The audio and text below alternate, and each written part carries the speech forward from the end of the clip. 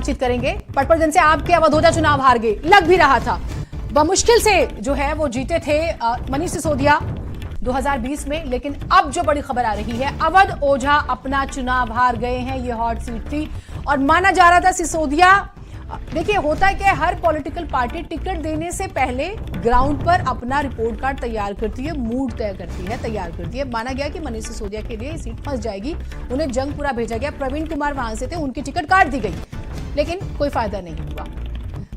अब यहां पर अवध ओझा हार गए और भारी नुकसान। स्वाति हमारे साथ में। स्वाति, पटपरगंज भी गया, हॉट सीट थी, लगा अवध ओझा साहब सोशल इन्फ्लुएंसर है, बहुत लोगों को मोटिवेट करते हैं, मोटिवेशनल स्पीकर है, स्टूडेंट्स को पढ़ाते हैं। स्टूडेंट्स को पढ़ाना और वोटर को पढ़ाना दो अलग चीजें हैं।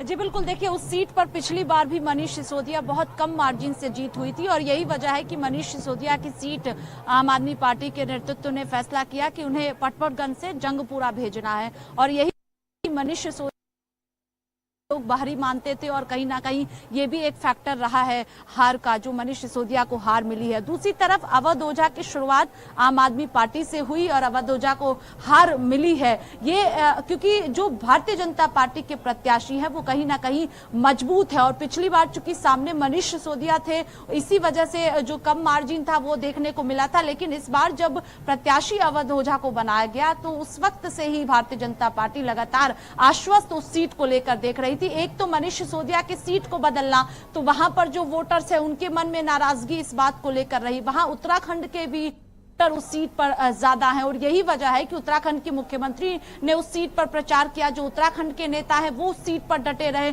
जिससे बीजेपी की जीत हो सके। और अवध ओझा को आपने देखा होगा चुनाव लड़ते हुए ज्यादा जो है उत्साहित अवध ओझा नजर नहीं आ रहे थे और वहां पर यह भी समझना होगा कि कांग्रेस पार्टी से जो उम्मीदवार थे वो पूर्व अध्यक्ष अनिल चौधरी वहां से कांग्रेस पार्टी के उम्मीदवार थे, मजबूत नेता माने जाते हैं। कहीं ना कहीं ये भी एक फैक्टर देखा जा सकता है हार को लेकर। अगर हम बात कर रहे हैं लगातार, तो अनिल चौधरी एक मजबूत नेता कांग्रेस पार्टी के हैं, अध्यक्ष के तौर पर उन्होंने दिल्ली में दूसरा स्वाति राहुल गांधी ने दूसरी जो भरोसा राहुल गांधी ने प्रचार किया था। अब तो सवाल उठेगा राहुल गांधी की लीडरशिप पर भी। अब तो उमा शंकर जी चले गए, वरना मैं पूछती कि दिल्ली में कांग्रेस हारी है तो जिम्मेदारी किसकी है। थोड़ा सा नाराज भी हो जाते हैं, सवाल थोड़े से तीखे हो जाते हैं। तो लेकिन राहुल गांधी की एक्सेप्टेंस नहीं है दिल्ली में। आप जाके मिलिए, चाहे सब्जी वालों से, चाहे आप रिक्शे वालों से, आप टैक्सी वालों से मिलिए, इलेक्ट्रिक व्हीकल चलाने वालों से मिलिए, लेकिन एक्सेप्टेंस नहीं है। एक्सेप्टेंस का प्रॉब्लम आ चुका है।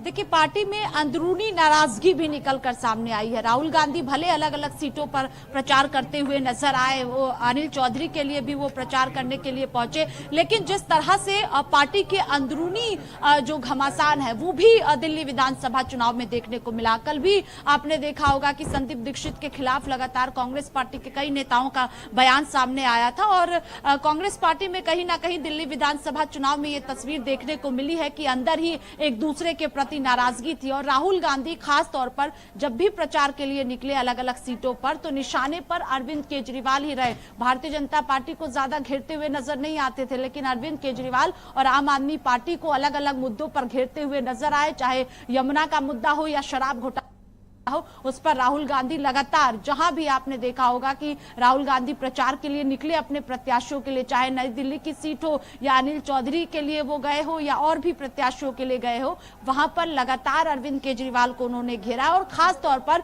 जो एक फैक्टर इस बार दिल्ली विधानसभा चुनाव में रहा वो है शराब घोटाला, जिस मामले में भारतीय जनता पार्टी ने लगातार आम आदमी पार्टी को घेरा है। और कहीं ना कहीं ये एक वजह है क्योंकि अरविंद केजरीवाल लगातार ये कहते रहे कि भ्रष्टाचार, अगर बीजेपी जो आरोप लगा रही है वो दिल्ली की जनता तय करेगी, अगर वो चुनाव हारते हैं तो यानी ये है कि दिल्ली की जनता में भी कहीं ना कहीं धूमिल छवि अरविंद केजरीवाल और आम आदमी पार्टी की हुई है। और भारतीय जनता पार्टी को पिछले दिनों आप देखिए लगातार शराब घोटाले मामले को लेकर प्रेस कॉन्फ्रेंस किया गया, बयान लगातार नेताओं द्वारा दिया जा रहा था और ये दो मुद्दे प्रमुखता के साथ इस चुनाव में देखने को मिले हैं। एक शराब घोटाले की बात करें या शीश महल की बात करें, बीजेपी मुद्दे को छोड़ा ठीक नहीं, स्वाति, आपके पास लगातार आते उठाया है हैं और प्रोटेस्ट भी बहुत किया से गया है, देखिए प्रेस कॉन्फ्रेंस भी हाँ लगातार ठीक स्वाति, एक बड़ी महत्वपूर्ण चीज ये है कि हम लगातार देख रहे हैं ये कुछ रिएक्शंस आ रहे हैं, तस्वीर